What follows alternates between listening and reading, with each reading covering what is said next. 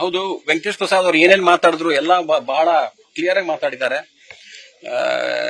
ಏನೋ ಹಿಂದ್ಗಡೆಯಿಂದ ಸಪೋರ್ಟ್ ಮಾಡೋದು ಬಹಳ ತಪ್ಪದು. 28, 30 ವರ್ಷದಿಂದ ಕ್ರಿಕೆಟ್ಗೆ ಹಿಂದ್ಗಡೆಯಿಂದ ಅಡ್ಮಿನಿಸ್ಟ್ರೇಟರ್ ಆಗಿ ಬಂದಿದ್ದಾರೆ, ಇನ್ನೂ ಕಂಟಿನ್ಯೂ ಆಗ್ತಾ ಇದ್ದಾರೆ.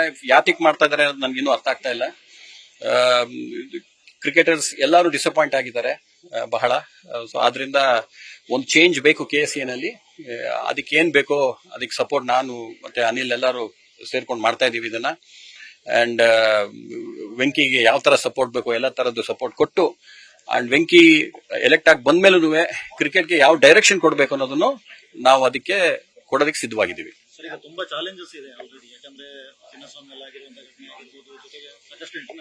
ಇದನ್ನೆಲ್ಲ ಸಾರ್ಟ್ ಔಟ್ ಮಾಡ್ಕೊಂಡ್ ಬರ್ಬೇಕು. Venky is ready for that. ಅವ್ನು ಮಾಡ್ತಾನೆ, ನನಗೆ ಚೆನ್ನಾಗಿ ಗೊತ್ತು.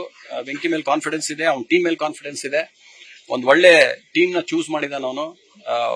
ಆದ್ರಿಂದ ವೆಂಕಟೇಶ್ ಪ್ರಸಾದ್ ಅವರು ಈ ಸಲ ಗೆಲ್ಬೇಕು ಎಲೆಕ್ಷನ್ಸ್ ಅಲ್ಲಿ. ಕ್ರಿಕೆಟ್ ಒಂದು ದಾರಿ ಮಾಡ್ಕೊಡ್ತಾರೆ. ನನಗೆ ಗೊತ್ತಿರೋ ಪ್ರಕಾರ ಜನರ ಸಪೋರ್ಟ್, ನಮ್ಮ ಮೆಂಬರ್ ಸಪೋರ್ಟ್ ಅವ್ನಿಗಿದೆ ಅಂತ ಅನ್ಕೊಂಡಿದ್ದೀನಿ.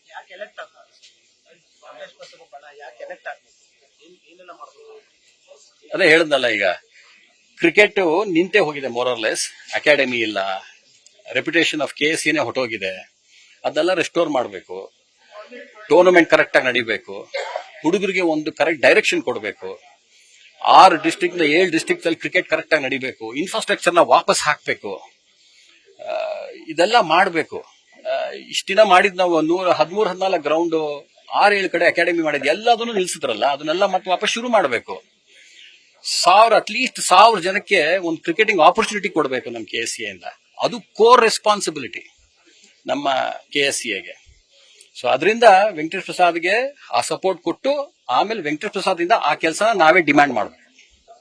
ಸಾಕಷ್ಟು ಬಿಸಿ ಇರ್ತಾರೆ, ಟೈಮ್ ಶೆಡ್ಯೂಲ್ ಯಾರಿಗೆ ಇಲ್ಲ, ಅವನು ಇದಕ್ಕೆ ಡೆಡಿಕೇಟ್ ಆದ್ಮೇಲೆ ಅವನು ಈ ಕೆಲಸ ಮಾಡೇ ಮಾಡ್ತಾನೆ.